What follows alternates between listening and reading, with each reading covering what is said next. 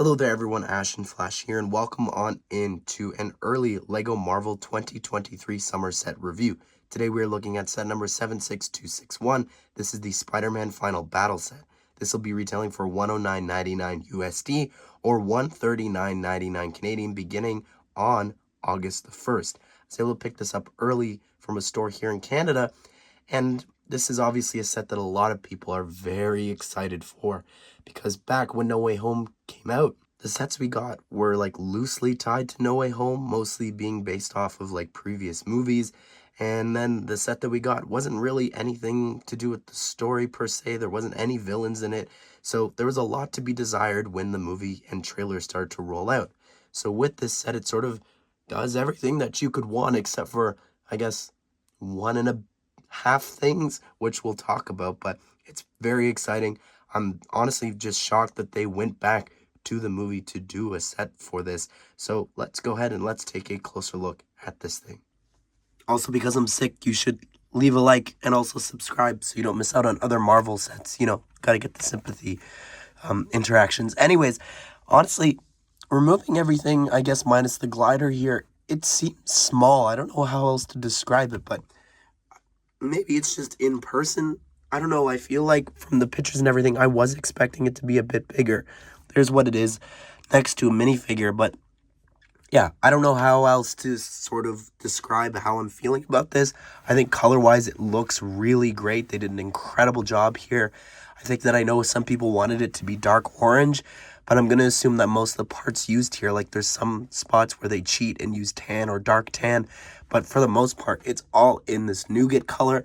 I think that that's because a lot of it already existed. I think one of the craziest things is the fact that the whole head build, like, it's so close to the Statue of Liberty build from the Lego Movie 2.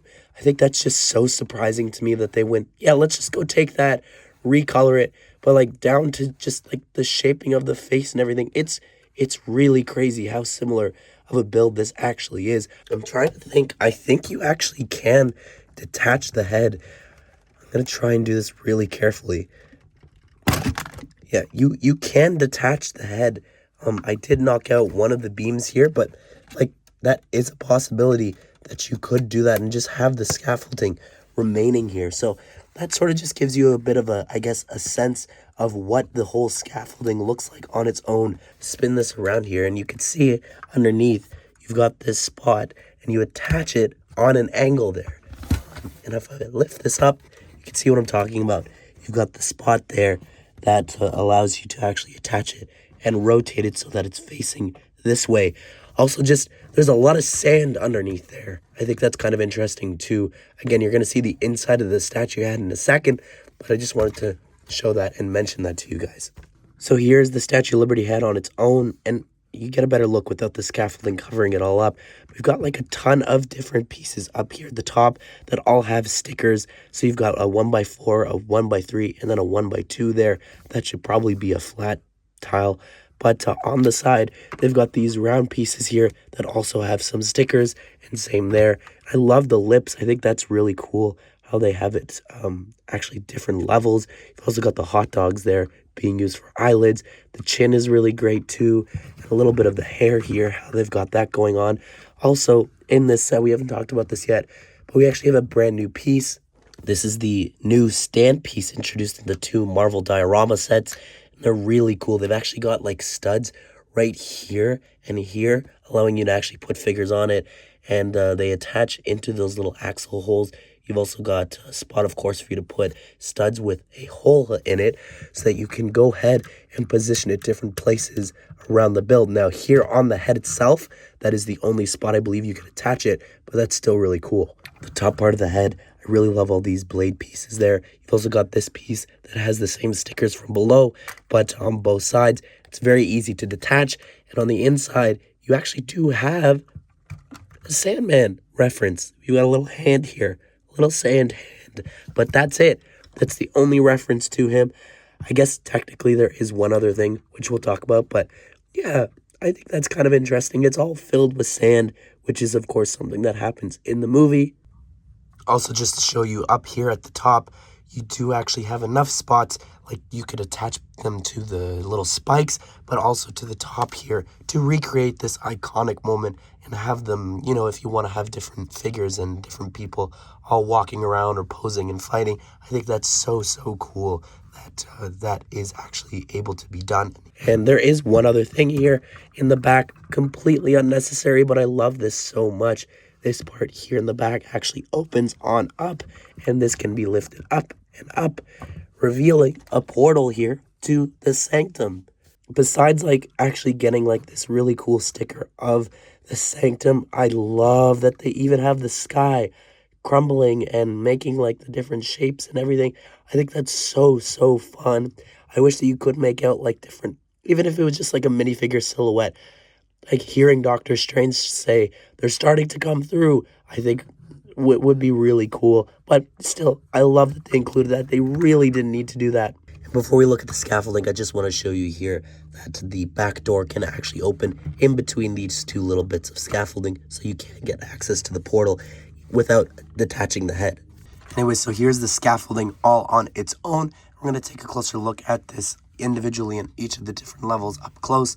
Although I guess it is a bit repetitive, I still love the look of this even without the Statue of Liberty.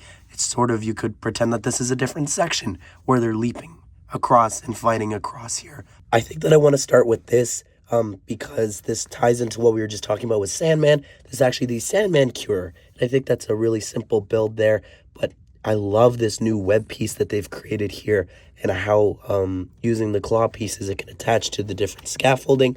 You can see over here, we've got another little transparent piece there that's sticking out. You could remove it, like I said before, and you can put it in at least each of the scaffolding, I believe, in the same spot, all have a spot for you to attach.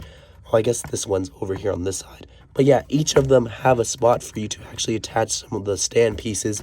But you've also got these little electrical boxes. And these boxes, there's actually two of them. You could see there's this sticker there, this 1x3 sticker, and that's got a little lightning symbol, a dial, and I don't know, a vent or something. Same there on the back grill, as well as this 1x2 piece that has a print. Anyways, you've got a piece there that allows you to actually attach a spot there for the stand. Also, how you attach this is you actually just clip it onto the different scaffolding levels. So you've got one there and one over here. I didn't mention this before, but specifically with this spot, what you do is you've got a superhero stand piece actually on that spot. So it allows you to actually have MJ actually falling off, and then you could have the Amazing Spider-Man diving after her there. Up above, though, here, we do actually have a little camera, which I think is a fun little reference to, like, the Tobey Maguire one, always taking pictures with the camera webbed up somewhere. I guess that's something that Andrew Garfield's one did, too, obviously in the comics as well. Yes. Anyways, over here, though, we do actually have Green Goblin's glider. I love the design of this, again, because of, like, the modern-day pieces. This is just such a cool Raimi Goblin glider. It looks awesome. I think that the pieces in the back for the thrusters are pretty cool, but also just the like Nexonite shield piece, the spike piece there, that piece in the front. I just love the shaping of this, and you can angle the edges as well up and down too. And obviously you can, of course, attach the Green Goblin minifigure there to it as well, and then you just attach it back to the stand piece. Also, in behind that, you actually do have a little bucket there. And there's also a portal included, which is a pretty cool inclusion. I love how it attaches to the rafters there. So if you wanted to, you could even lower it and actually put it on a different level and move it around, bring it to different places. You want to put the portal over here, you can. I think that's really cool. I think it looks awesome. You've also got a little bit of sand there, I think, as well. And then over here, we actually have got a little tool there on top of this rafters. But overall, I really love the design of this, like the ones going on an angle. I love the different heights, the monkey kid hilts, as well as the little pieces there. It just looks really, really cool. Here is the MCU Spider-Man, or the integrated suit. And this is the Tom Holland Spider-Man. There's tons of names that we can go through for each of these. But anyways, This one here looks great. Of course, the figure is not new. This is the one that did appear in the other No Way Home set, but it's still really great to get here in the set. It makes sense, obviously. But what I love is this little accessory. This is the little cube from the movie, and it looks awesome with the stickers. I think that's so cool. It's actually a Minecraft headpiece in sand green, and I know that some people are going to be disappointed with the stickers, but what it allows them to do is actually have printing on the top. Also, I'm not sure if like they've done a Minecraft head with like multiple sides of the head with printing. So yeah, I think that stickers was the only way to really go for this. It looks really great. Also, it doesn't really matter who it's for, but some of the superhero pieces are included in white for webbing, but also you've got these builds here. You saw before some of the pieces being used for the camera, but you've got this for some webbing, and then you've also got an alternate build here as well. Similar build, but using some of the other pieces for one of the other Spider-Men. Something incredibly unnecessary that they did in the set was actually include a regular minifigure head with hairpiece here so that you can have the Peter Parker face underneath for each of the Spider-Men. So here we've got the face that he used back from Far From Home, and you can see on the back he's got this scared expression there. Also, he's using the Superman hair there, but basically that's me.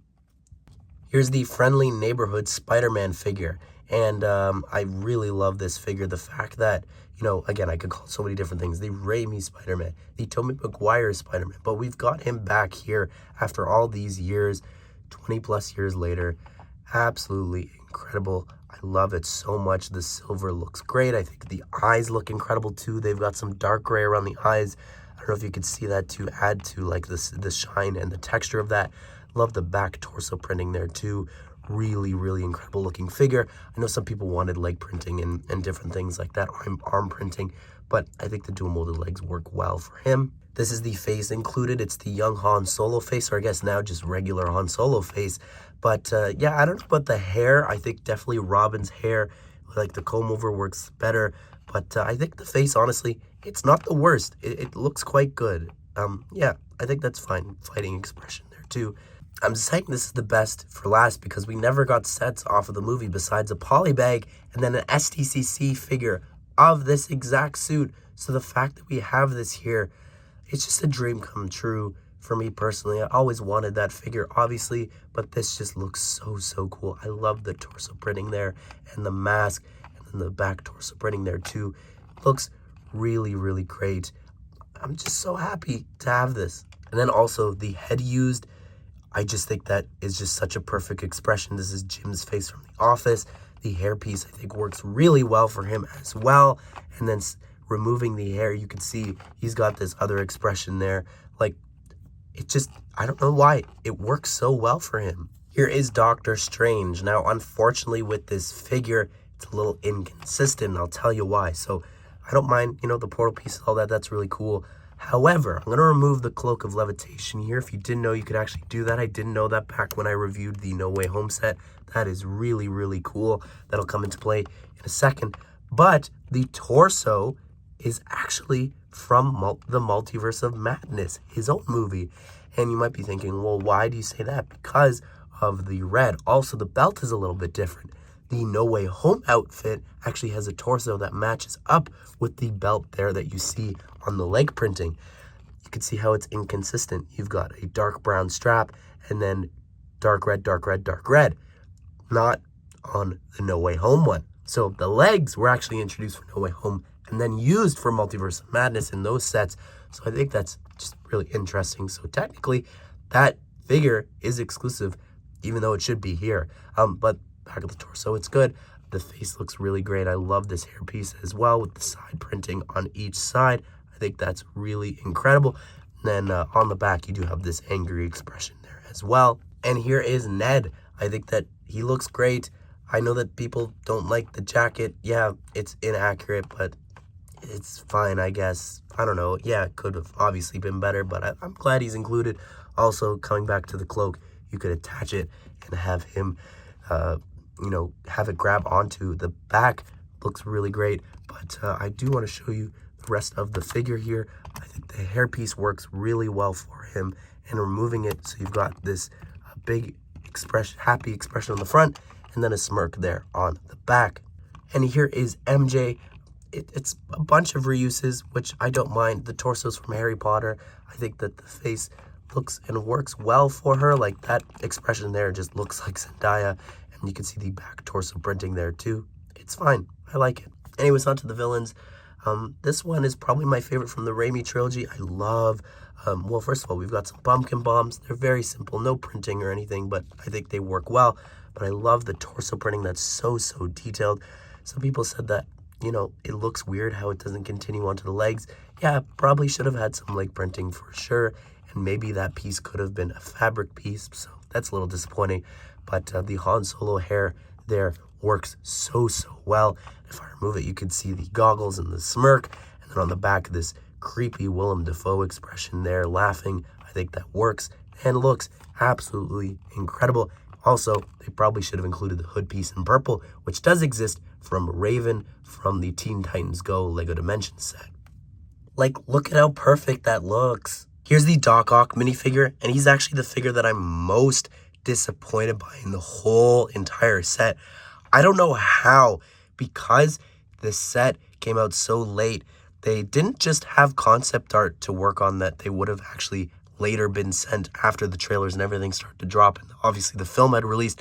But then you have the actual movie as reference. He doesn't have a dark gray suit. It's green. So the fact that it's not dark green here, it's just so disappointing to me. I don't know why they did dark gray. I will say, it's very interesting using the Outrider piece here for the Doc Ock arms. I think that's quite unique. Yeah, that's really interesting. You've got a lot of hinges and different things there. You know, it's a little more hard to actually bend the arms because it's bending there at the back part as well. But I think the face, though, I think it looks pretty good. I don't like the hairpiece used either. I wish that it was actually the Harry Potter hair there, but it doesn't come in dark brown, so that would require them to recolor it. So unfortunately, until that happens, we've got to use the Williams hair here. The other face expression is this angry expression. I think that looks really great. You can see on the back of the torso, you've got, like, from the jacket, some of the holes where the arms are ripping out of. I think that's really cool. And last but certainly not least is Electro. And I challenge you to find any flaw in this minifigure. It looks incredible. I think the hairpiece used, it works well. I think that the face, though, like the lightning, you even got a little bit there, like on the face that you can sort of see. I think that's so cool. I love that so much. Also, obviously the reference to the classic mask on the front looks so cool. I love the torso printing there too. Very detailed. The legs is a reuse, but it works so well for him. I can't even be mad. I think that the lightning there for his arms look great, but the piece here from the back is actually using some pieces from Ninjago, and this thing's massive. It looks so cool. I really love the design of it, but you can angle it different ways if you wanted to. You could sort of move them around, angle them down and up. You've also got like the little infinity stone pieces there on the ends too. So they're just like really just trying to cover this up and make it as transparent yellow as possible. Spinning it around here on the back, you do get a look there at the back of the torso. Well, there you have it, everyone. That is my review of the Spider-Man final battle set from No Way Home. I think that this is a really great set. I think that they did so many unnecessary things with like the portal. Well, I guess there's two portals, but the portal in the back, you've got the Spider-Man extra heads included. I think it's just so much fun. Yeah, there's a couple things here and there, like no leg printing for some people that there should have been, and then Doctor Strange not having the right outfit, wrong color for Doc Ock, and I think the most notable negative thing that I could say about this set is no lizard. I'm so sad that the lizard isn't in the set. I think that this just really would have sold it even more for people. Like, there just maybe could have been another No Way Home set. I don't know. Overall, though, really fun set. I hope that we do maybe get some more stuff from this film if we ever return. I think that would be really great and a lot of fun. Or just return to those actual other Spider-Man movies. I think would be even better for them to do, which I would love to see for special anniversaries. But what do you think of this set? Be sure to subscribe, turn on the bell notifications so you don't miss out on future LEGO Marvel superhero set news and reviews just like this one. I hope you guys did enjoy the video. Hope you all have a great day. I will see you all in the next one.